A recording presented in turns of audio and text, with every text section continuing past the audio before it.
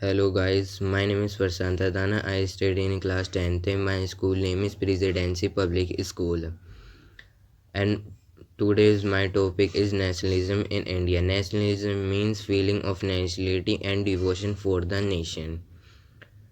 यह first world war की बात है कि फर्स्ट वर्ल्ड वार में ब्रिटिश लोगों को बहुत ही ज़्यादा मनी चाहिए था क्योंकि उन्हें अपनी आर्मी स्ट्रॉन्ग करनी थी।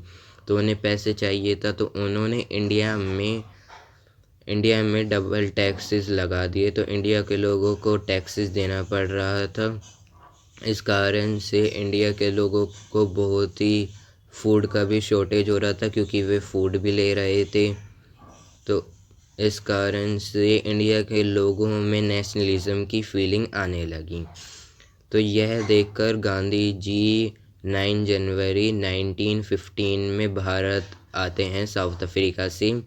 गांधी जी देखते हैं कि यहाँ पर बहुत ही बुरा हाल है, तो गांधी जी के 2 हथियार थे, satyagraha and second non violence. Gandhi ji ने सत्याग्रह 3 स्टेट पर लगाया था। फर्स्ट चंपारण जो 1916 में लगाया था, सेकंड खेड़ा जो 1917 में लगाया था, और थर्ड अहमदाबाद जो 1918 में लगाया था।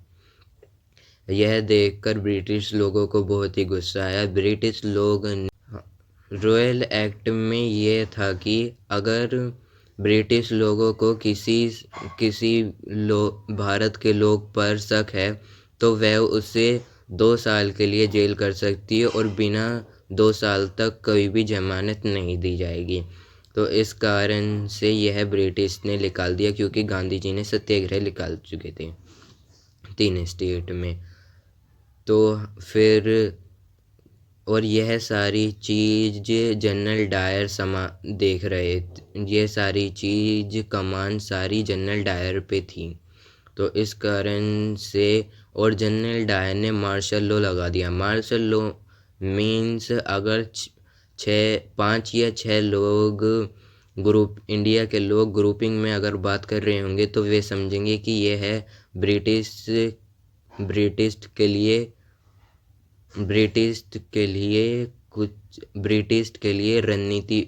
लोगों के लिए रणनीति बना रहे हैं। तो इस कारण से उन्होंने मार्शल लॉ निकाल दिया। अब मार्शल लॉ निकल चुका था। अब इन जलियांवाला बाग इंसिडेंट ये हुआ था 13 अगस्त 1919 में। इसमें यह था कि लोग बैसाखी बनाने आए थे जलियांवाला बाग में। अब जलियांवाला बाग में वे बैसाखी बनाने आए थे और जनरल डायर ने मार्शल लॉ भी लगा रखा था। तो मार्शल लॉ लगा रखा था और लोगों को पता नहीं था कि यह मार्शल लॉ लग रहा है। तो जनरल डायर आते हैं जलियांवाला बाग में और गेट बंद कर देते हैं और ओपन फायरिंग स्टार्ट कर देते हैं। जो भी जलियांवाला बाग में थे वे सब लोग मर जाते हैं। यह बहुत ही वॉयलेंस हो गया था और गांधी जी को इससे बहुत ही दुख हुआ। तो इस कारण से गांधी जी ने नॉन कोऑपरेशन मूवमेंट 1920 में निकाल दिया।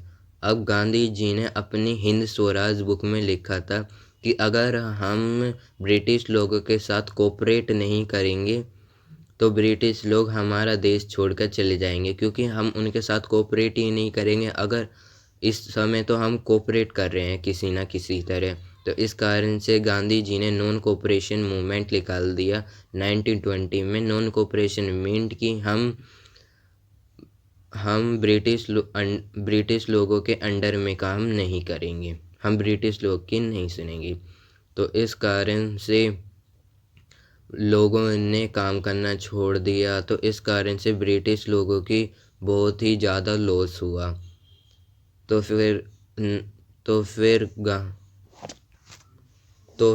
4 फरवरी 1922 को चौरी चौरा इंसिडेंट हो जाता है। चौरी चौरा इंसिडेंट में यह होता है कि भारत के लोग पुलिस स्टेशन जला देते हैं और इससे बहुत ही वॉयलेंस हो गया। तो गांधी जी को नॉन कोऑपरेशन मूवमेंट बंद करना पड़ा।